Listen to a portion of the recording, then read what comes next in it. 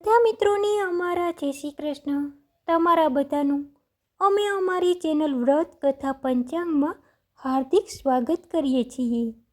આજ આપણે પુરુષોત્તમ મહિનામાં ઉત્તમ દાનની વાર્તા સાંભળીશું. જો તમને અમારો આ વિડીયો પસંદ આવે તો તમે અમારા વિડીયોને લાઈક કરવાનું ના ભૂલતા બીજા મિત્રો સાથે શેર અમારો વિડીયો જરૂર કરી દેજો અને અમારી ચેનલ સબસ્ક્રાઈબ જરૂર કરી દેજો. ઉત્તમ દાનની વાર્તા આ પ્રમાણે છે. સૂર્યનગરમાં રાજા સૂર્યસેનનું રાજ હતું. રાજા રાણી બંને ઘણા દયાળુ અને પ્રજા વત્સલ્ય હતા તથા ધર્મ ધ્યાન કરનારા. પ્રભુ કૃપાથી પાછલી ઉંમરે રાણીનો ખોળો ભરાયો. ગાદીનો વારસદાર જન્મ્યો. રાજા રાણીનો તો હરખનો પાર ન રહ્યો.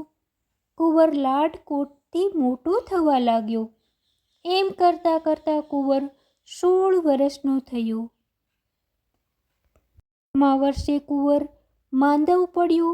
માંદો એવો પડ્યો કે તેણે ખાવા પીવાનું છોડી દીધું. રાજાએ તો દેશ પરદેશથી વેદોને તેડાવ્યા, હકીમને તેડાવ્યા, પીર ફકીરને તેવડાવ્યા, પણ કુંવર સાજો થતો નથી. મોતના ભણકારા સંભળાવવા લાગ્યા. રાજા રાણીની તો આંખમાંથી આંસુ સુકાતા નથી. એક દિવસની વાત છે. બેઠા હતા. ઉજાગરા અને થાકને કારણે તેમને ઝોકું આવી ગયું. ઊંઘમાં એક ગેબી અવાજ સંભળાવ્યો, હે રાજા, તારા સદભાગી આ પવિત્ર પુરુષોત્તમ માસ ચાલે છે. જો કોઈ તારા કુંવરને ઉત્તમમાં ઉત્તમ દાનનું ફળ આપે તો જ તે સાજો થાય. બીજી કોઈ દવા કામ આવવાની નથી. તત્કાળ જ રાજાની આંખો ખુલી ગઈ. રાજાએ તો રાણીને વાત કરી. તરત પ્રધાનને બોલાવ્યા અને ઢંઢેરો પીટાવ્યો અને 10,000 સોના મહોરનું ઇનામ જાહેર કર્યું. નગરમાં ઘણા ધર્મિષ્ઠ લોકો હતા, ઘણા દાનવીર હતા. એ બધા મહેલે આવવા લાગ્યા અને પોતે કરેલા દાનનું ફળ કુંવરને આપવા લાગ્યા. પરંતુ કુંવરે આંખો ના ખોલી. રાજા રાણી તો નિરાશ થઈ ગયા. ઉત્તમ દાન કહેવું કોને તે વિચારવા લાગ્યા. એ દિવસ વીતી ગયા. ત્રીજે દિવસે એક ચીથરી હાલ ખાચી આવ્યો. ઘણા દિવસોથી પેટ ભરીને જમવા ન મળ્યું હોય તેવું તે દુર્બળ દેહ ધરાવતો હતો. વસ્ત્રો પણ ચીથરા જેવા હતા. જ્યારે એ બોલ્યો કે હું મારા દાનનું ફળ આપવા આવ્યો છું, એ સાંભળીને રાજાને ખૂબ હસવું આવી ગયું. પરંતુ રાણીએ તેને ઈશારાથી શાંત રહેવા જણાવ્યું. ખાચીએ જમણા હાથમાં જળ લઈને કહ્યું, હે પુરુષોત્તમનાથ, આ માસમાં મેં જે દાન કર્યું અને જે તમને ઉત્તમોત્તમ લાગતું હોય તો હું એક ફળ કુંવરને આપું છું.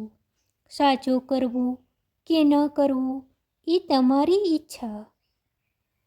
અંજલિ છાંટતા જ કુંવરે તો આંખો ખોલીને પાણી માંગ્યું.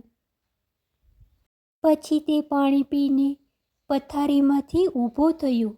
ખાચીને અને માતા પિતાને પગે લાગ્યો. ત્યારે રાજા રાણીની આંખમાંથી હર્ષના આંસુ વહેવા લાગ્યા અને ખાચીના પગમાં પડી ગયા. રાજાએ બીજે દિવસે ખાચીને દરબારમાં બોલાવીને ઇનામ આપ્યું. પછી જિજ્ઞાવશ તેણે કરેલા દાન વિશે પૂછ્યું.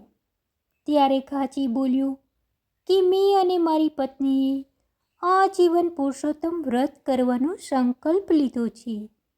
અન્નદાન કે વસ્ત્રદાન કરવા માટે અમારી પાસે કાંઈ નથી. તેથી આ વખતે અમે બળદને આરામ આપ્યો. બળદને બદલે થાણી અમે જૂતતા. એક ઘડી મારી પત્ની જૂતે એક ઘડી હું જૂતું. રોજ 2 તાંબિયાનું વધારે કામ કરીએ. 1 તાંબિયાનું દાન કરો. એકનું મારી પત્ની દાન કરે. હે સ્વામી, વ્રત કહો તો વ્રત અને દાન કહો તો દાન, અમે આટલું કર્યું છે. ખાચી આગળ કશું બોલે તે પહેલાં આકાશવાણી સંભળાય કે હે ભક્ત, તે જે દાન કર્યું છે તે ઉત્તમ દાન છે. બધા લોકો ખાચીની ભક્તિના વખાણ કરવા લાગ્યા. રાજાએ તેને 1,00,000 સોના મોહર આપી ખાચી અને ખાચણ મૃત્યુલોક પર સર્વ સુખ ભોગવી અંતકાળે સદહી વૈકુંઠ ગયા.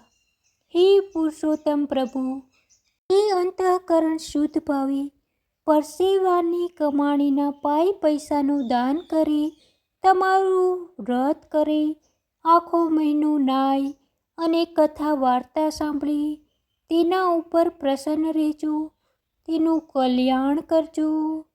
પુરુષોત્તમ પ્રભુ, પુરુષોત્તમ માસનું વ્રત કરનારની સર્વ મનોકામના પૂર્ણ કરજો. તેમજ પુરુષોત્તમ મહિનામાં વાર્તા સાંભળનાર, વાર્તા કરનાર સૌની મનોકામના પૂર્ણ કરજો. સૌના દુઃખ હરજો, સૌનો સાથ આપજો. સૌના જે કાર્ય રોકેલા હોય તે પૂર્ણ કરી દેજો. પુરુષોત્તમ ભગવાનની જય. બોલો કુળદેવી માતની જય.